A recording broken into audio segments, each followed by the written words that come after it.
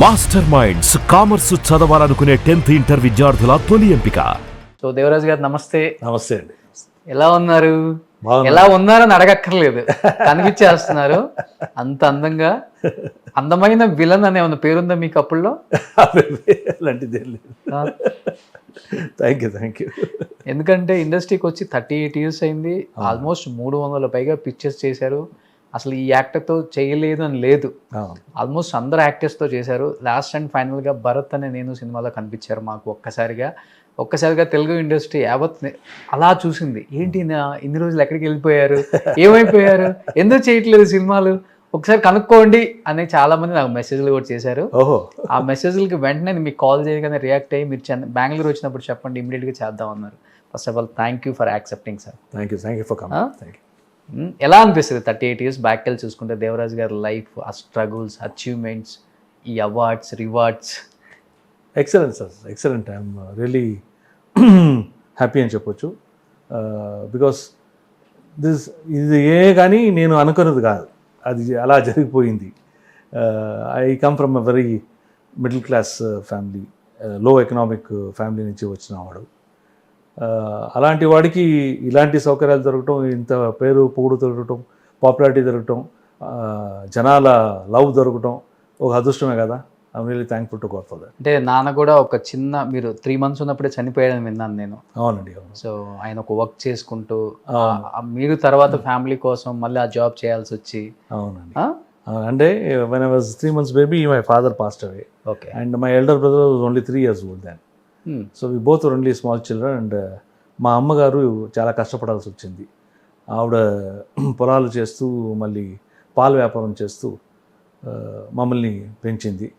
So ఒక ఏజ్కి రానే అమ్మ కష్టాలు అర్థమవుతుంది కదా, చిన్న బిడ్డలప్పుడు అర్థం కాకపోతే అర్థమవుతుంది. సరే, ఆవిడతో వర్క్ చేస్తూ, ఆవిడ సపోర్ట్ చేస్తూ అలాగే చదువుతూ వచ్చాను. నేను బీఎస్సీ చదివేటప్పుడు పరిస్థితులు ఇంకా కొంచెం చాలా వర్స్ట్గా ఉండింది. సో అప్పటికి హెచ్ఎంటీ వాచ్ ఫ్యాక్టరీస్లో జాబ్ కాల్ చేశారు. అక్కడ మా బ్రదర్లో ఒక ఆయన చీఫ్ ఇంజనీర్గా వర్క్ చేస్తుంటే ఆయన వచ్చి సజెస్ట్ చేశాడు, బీఎస్సీ చేసినా ఏం చేస్తావు, ఎక్కడో క్లర్క్ జాబ్ అది చేస్తావు. ఇప్పుడు అప్పుడు వాచ్ ఫ్యాక్టరీకి చాలా భవిష్యత్తు ఉన్నది. ఇప్పుడు ఇన్ఫోసిస్ లాగో ఆ రోజుల్లో వాచ్ ఫ్యాక్టరీకి అంత పేరు ఉన్నది. ఇక్కడ జాబ్ జరుగుతుంది, నేను చేయిస్తాను, వచ్చేయమంటే బీఎస్సీ డిస్కంటిన్యూ చేసి జాబ్కి వెళ్ళాను. ఓకే. సో జాబ్ చేస్తూ అక్కడ ఆ రోజుల్లో ఇండస్ట్రీల్లో బెంగళూరులో చాలా పబ్లిక్ ఇండస్ట్రీస్ ఉన్నాయి. మీకు తెలిసే ఉంటుంది. హెచ్ఎంటీ కానీ, బిఎల్ కానీ, ఐటీఐ కానీ, హెచ్ఏఎల్ కానీ, ఇలా చాలా పబ్లిక్ సెక్టర్స్ ఉన్నాయి. ఈ పబ్లిక్ సెక్టర్స్ ఉన్నాయి. అప్పుడు కన్నడ సంఘ యాక్టివిటీస్ చాలా జరిగేవి. అలాగే కల్చరల్ యాక్టివిటీస్ కూడా బాగా జరిగేది. మన వాచ్ ఫ్యాక్టరీలో కూడా కల్చరల్ యాక్టివిటీస్కి ఒక యూనియన్ ఉంది. ఆ యూనియన్ వాళ్ళు ఒక డ్రామా కాంపిటీషన్ చేస్తే, అంటే ఇంటర్ డిపార్ట్మెంట్ డ్రామా కాంపిటీషన్ చేస్తారు. నేను అప్పుడు ఇంకా కొత్తగా చేరి ట్రైనింగ్ ఒక 6 months 7 months అయింది అంతే. అప్పుడు మా డిపార్ట్మెంట్లో ఉన్న ఒక సీనియరు ఒక డ్రామా డైరెక్ట్ చేస్తూ, మన డిపార్ట్మెంట్ కోసం కాంపిటీషన్ ఒక డ్రామా డైరెక్ట్ చేస్తే ఆయన వచ్చి నన్ను అప్రోచ్ అయ్యాడు. ఆయన పేరు గోవిందరాజ్ అని. వచ్చి అప్రోచ్ అయ్యాడు, మీరు డ్రామాలో చేస్తారా అంటే, నేను నాకేం తెలుసండి, డ్రామా ఏమేం తెలీదు, నేను వర్క్ చేసే ట్రైనింగ్ పీరియడ్లో ఉన్నాను, నాకు అలా లీవ్ కూడా దొరకదు, ఎందుకంటే లీవ్ గురించి నేను ఆలోచించదు, అది ఫ్యాక్టరీ వాళ్ళు ప్రొవైడ్ చేస్తారంటే కాస్త ఆచే వచ్చింది. అఫీషియల్ లీవ్ దొరుకుతుంటే ఎందుకు చేయకూడదు మళ్ళీ అని చేస్తాను అన్నాను. ఆ డ్రామాలో మంచి పేరు వచ్చింది, అవార్డు కూడా వచ్చింది అప్పుడు. So I can do something, దీంట్లో ఇది ఎక్కడో ఉంది స్పార్క్ నాలో అని ఐ స్టార్టెడ్ డూయింగ్. బట్ బ్లడ్లో లేదు, ఎవరు లేదు, అదే బ్యాక్గ్రౌండ్ లేదు, బ్లడ్లో లేదు, అసలు మనకు తెలియదు యాక్టింగ్ అంటే కూడా. ఓకే. సరే, అప్పుడు అక్కడనే ఇండస్ట్రీలో ఒక దాదాపు 20-25 డ్రామాస్ చేశాను. మన స్టేట్ లెవెల్లో ఒక కాంపిటీషన్ జరిగేది, ఇండస్ట్రియల్ డ్రామా కాంపిటీషన్. దానికోసం ఒక డ్రామా డైరెక్ట్ చేశాను. అది కూడా ఫస్ట్ ప్లేస్ వచ్చింది. అంటే అప్పుడు అందరూ అన్నారు, ఇంత టాలెంట్ ఉంది నీలో, ఎందుకు why do try in amateur theatre. అప్పుడు బెంగళూరులో అమేచర్ థియేటర్ చాలా యాక్టివ్గా ఉండింది, చాలా active. And there were very big names like BV Karanth కానీ, గిరీష్ కర్నాటక్, లోకేష్, శ్రీనాథ్, సిఆర్ సింహ, బి జయశ్రీ, ఇలాంటి పెద్ద పెద్ద వాళ్ళంతా, శంకర్ నాగ్, అనంత్ నాగ్, అందరూ డ్రామా యాక్టివిటీస్ చాలా బిజీగా ఉండేది అప్పుడు. అమెచర్ థియేటర్ ఎందుకు ట్రై చేయకూడదు అని చెప్తే అందరూ సరే లెట్ మీ ట్రై అని ఎంట్రీ ఇచ్చాను. అక్కడ కూడా ఒక్క డ్రామా పర్టికులర్గా జయశ్రీ చేసిన డ్రామా కరీమా అని ఒక డ్రామా, దాంట్లో నాకు టోటల్ నేషన్లోనే మంచి పేరు వచ్చింది. ఓకే. ఆ డ్రామా అన్ని చోట్ల చేసాము, మన అదే హైదరాబాద్లో చేసాము, ఆంధ్రాలో, ఢిల్లీలో, Mumbai, Baroda, you name the city we played that drama. I got very good name in that. So ఆ తర్వాత మన డ్రామా సర్కిల్లో ఉన్న వాళ్ళే కొంతమంది సినిమాలు చేస్తుంటే రైటర్స్గా ఉన్నారు అంటే వాళ్ళు పిలిచారు, అవకాశం ఇస్తామని వెళ్ళాను. అక్కడ అందరూ ఇష్టపడారు, అవకాశాలు ఎక్కువ వచ్చాయి, జనాలు ఇష్టపడారు, జర్నీ కంటిన్యూ. మిమ్మల్ని ఇష్టపడ్డారా, మీలో ఉన్న ఆర్టిస్ట్ ఇష్టపడ్డారా? ఆర్టిస్ట్ ఇష్టపడారు. తక్కువ మందికి మన ఆర్టిస్ట్ అయినా మమ్మల్ని కూడా ఇష్టపడాలి, లేకపోతే మనం కూడా కంఫర్టబుల్ లేకపోతే మమ్మల్ని అవాయిడ్ చేస్తారు. అవును, మన బిహేవియర్స్ అన్నీ కౌంట్ అవుతాయి కదా. ఏ ప్రొఫెషన్ కానీ మనం చేసేప్పుడు మన క్యూములేటివ్ రికార్డ్ కూడా చూస్తారు కదా. అవును, అది కూడా రెండు కలిసి బాగా వర్కౌట్ అయింది. సో ఎర్రగా బుర్రగా ఉంటారు దేవరాజు గారు. ఇప్పుడు ఎలా ఉన్నారంటే అప్పుడు ఎలా ఉంటారు ఒకసారి ఆలోచించుకుంటాం మేము. ఏంటి అప్పుడు ఇంకా జుట్టు ఎక్కువ ఉండింది అంతే. సో డ్రామాలో ఎక్కువ ఎలాంటి రోల్ ప్లే చేస్తుంటారు సార్? విలనా, హీరోనా? నో అన్ని డ్రామాలో అలా ఉండదు. డ్రామాలో usually will have different type of characters. I played everything, age character కానీ, ఇంకోటి కానీ, పోలీస్ ఆఫీసర్ క్యారెక్టర్ కానీ, ఒక ఊరు జమీందార్ కానీ, చాలా క్యారెక్టర్స్ ప్లే చేశాం. అండ్ మనం మరాఠీ డ్రామా కాశీరామ్ కొత్వాలు, ఇలా చాలా డ్రామా డిఫరెంట్ క్యారెక్టర్స్ చేశాం. నేను చేసిన ఫస్ట్ డ్రామా ఫ్యాక్టరీలో చేశానని చెప్పా కదా, అది ఒక టీనేజర్ క్యారెక్టర్, ఒక విలేజ్ టీనేజర్ క్యారెక్టర్. ఓకే, చేసింది సార్. బట్ మీరు అనుకోకుండా ఇండస్ట్రీకి వచ్చేసారు, బ్యాక్గ్రౌండ్ లేకుండా వచ్చారు. సో భయం అనేది లోపల కొంచెం ఉంటుందిలే, కానీ ఎవరికైనా కానీ ఫైనాన్షియల్గా మళ్ళీ ఎదగలేకపోతే మళ్ళీ వెనక్కి వచ్చి ఏదో ఒక పని చేసుకోవాలి, ఎలా ఏంటి అని ఇవన్నీ మైండ్లో రన్ అవుతూనే ఉంటాయి టీనేజ్ కాబట్టి. బట్ 85లో మీరు చేసిన మూవీ రిలీజ్ అవ్వలేదు. బ్యాక్ స్టెప్ వేయాలి, మనకు అవసరమా వద్దు ఇండస్ట్రీ అనిపించిందా? లేదు.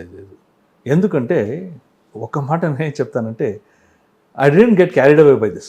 నాకు సినిమాలో అవకాశం దొరికింది, నేను పెద్ద నటుడైపోయాను అలాంటిది ఏంటి నాకు ఆలోచన రాలేదు. నేను ఎప్పుడూ లైఫ్లో ప్రాక్టికల్గా ఉంటాను. నేను HMT వాచ్ ఫ్యాక్టరీలో వర్క్ చేస్తున్నాను కదా, అప్పుడే అవకాశాలు వచ్చాయి. అవకాశాలని ఉపయోగించుతూ వాచ్ ఫ్యాక్టరీలో వర్క్ చేస్తున్నాను. ఫ్యాక్టరీ వదలలేదు నేను. ఓకే, నాకు బాగా సక్సెస్ వచ్చి ఎప్పుడు నేను I will not able to attend factory, pay loss చాలా ఎక్కువ అయిపోయింది అని చెప్పి, అప్పుడు నా జనరల్ మేనేజర్ నన్ను పిలిచి అడిగారు, బాబు నీవేం చేయాలనుకుంటున్నావు, ఇక్కడ వర్క్ చేయాలంటున్నాడో ఏంటి అంటే, నేను చెప్పాను లేదు సార్, ఇలాగా సినిమాలు బిజీగా ఉన్నాను సార్, బట్ జాబ్ సెక్యూరిటీ కోసం జాబ్ కావాలి నాకు, దీన్ని వదలటం ఇప్పుడు కుదరదు సార్ అన్నాను. అప్పుడే నేను దాదాపు 11-12 ఫిల్మ్స్ చేశాను. ఓకే, అప్పుడు కూడా నేను జాబ్ వదలలేదు. అంటే ఆయన అన్నాడు, లేదు మాకు ఇబ్బందులు వస్తాయి, మా రూల్స్ ప్రకారం కష్టం అవుతుంది బాబు, I can give you one option, ఇంకా 3 months కంటిన్యూస్గా నువ్వు ఒక్కరోజు లీవ్ లేకుండా వచ్చావంటే you can continue with this job, లేదా తర్వాత తీసేయాల్సి వస్తుంది అన్నారు. అప్పటికే నేను 6 months సినిమాలో కమిట్ అయిపోయాను. ఓకే, నాకు తెలుసు దిస్ ఇస్ నాట్ పాసిబుల్, అన్ని డేట్స్ బ్లాక్ అయింది. నేను సరే అలాగే సార్ అని చెప్పి వచ్చి మా డిపార్ట్మెంట్ సీనియర్తో చెప్పాను, ఏమన్నారు జనరల్ మేనేజర్ అంటే, ఇలా అన్నారు సార్ అంటే, ఏం చేస్తావు ఇప్పుడు సార్, ఆయన చెప్పాడు 3 months ఒక్కరోజు వచ్చంటే, ఆ 3 months టైం ఉంది సార్. అప్పటికి నేను ఆ సెక్యూరిటీ ఉండాలనే ప్లే చేశాను. ఆ 3 months నాకు టైం ఇవ్వండి సార్, నేను మీతో రిజిగ్నేషన్ లెటర్ ఇచ్చి వెళ్ళిపోతాను, ఇప్పుడు సబ్మిట్ చేయకండి, 3 months అయిన తర్వాత సబ్మిట్ చేయండి. వాళ్ళకి తెలియదు 3 months ఒక్కరోజే నేను వచ్చేది అని. అంత సేఫ్గా ప్లే చేశాను నేను. సో ఎప్పుడు లైఫ్లో ప్లానింగ్లో అలాగే ఉంటాను. So that is how I go. I don't get carried away. పెద్ద సక్సెస్ ఓపెన్ పెద్ద క్యారీ ఎవరు ఉండదు, డిప్రెషన్ గట్టడం అవన్నీ ఏం ఎక్కువ ఉండదు. ఓకే, చిల్ ఏదైతే అయింది అన్ని చూసేసాం కదా లైఫ్లో కష్టాలని, వచ్చే కష్టం పెద్ద లెక్క అనిపించుంటుంది మీకు కూడా. ఉండొచ్చు, పెద్ద ఛాలెంజ్ చేయాలి కదా, దట్ ఈస్ లైఫ్ కదా. Definitely don't know what is going to be tomorrow morning.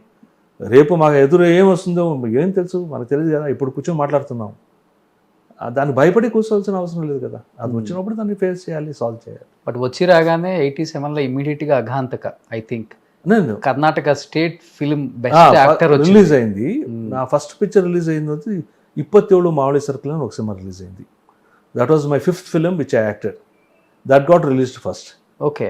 దాని తర్వాత ఫాలోయింగ్లో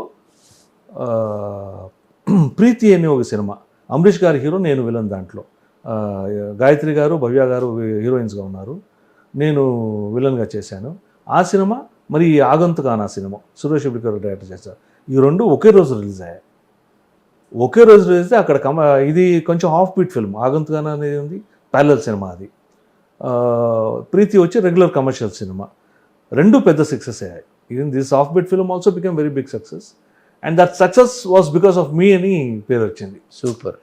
ఇంకా వెనక్కి తిరిగి చూడలేదు. అక్కడ దాంట్లో బెస్ట్ సపోర్టింగ్ యాక్టర్ని అవార్డు కూడా వచ్చింది. అక్కడి నుంచి ఇంకా దాదాపు 10-15 years కంటిన్యూస్గా, అంటే 7 years విలన్గా చేశాను. ఇంద్రజిత్ అని ఒక సినిమా చేశాను, కేవీ రాజు గారు. ఆ సినిమాలో ఒక పాజిటివ్ పోలీస్ ఆఫీసర్ క్యారెక్టర్ చేశాను. అది జనాలకి బాగా నచ్చింది. అప్పుడు ప్రొడ్యూసర్స్కి కొంచెం కాన్ఫిడెన్స్ వచ్చింది, ఈయన హీరోగా యూజ్ చేయొచ్చు అని. సో అక్కడి నుంచి హీరో ఆఫీసర్ కావడం స్టార్ట్ అయింది. క్యారెక్టర్ ఆర్టిస్ట్, హీరో, విలన్ అన్ని రోల్స్ ప్లే చేశారు ఆల్మోస్ట్. ఏ రోల్ మంచి సాటిస్ఫాక్షన్ అనిపించింది సార్ మీకు?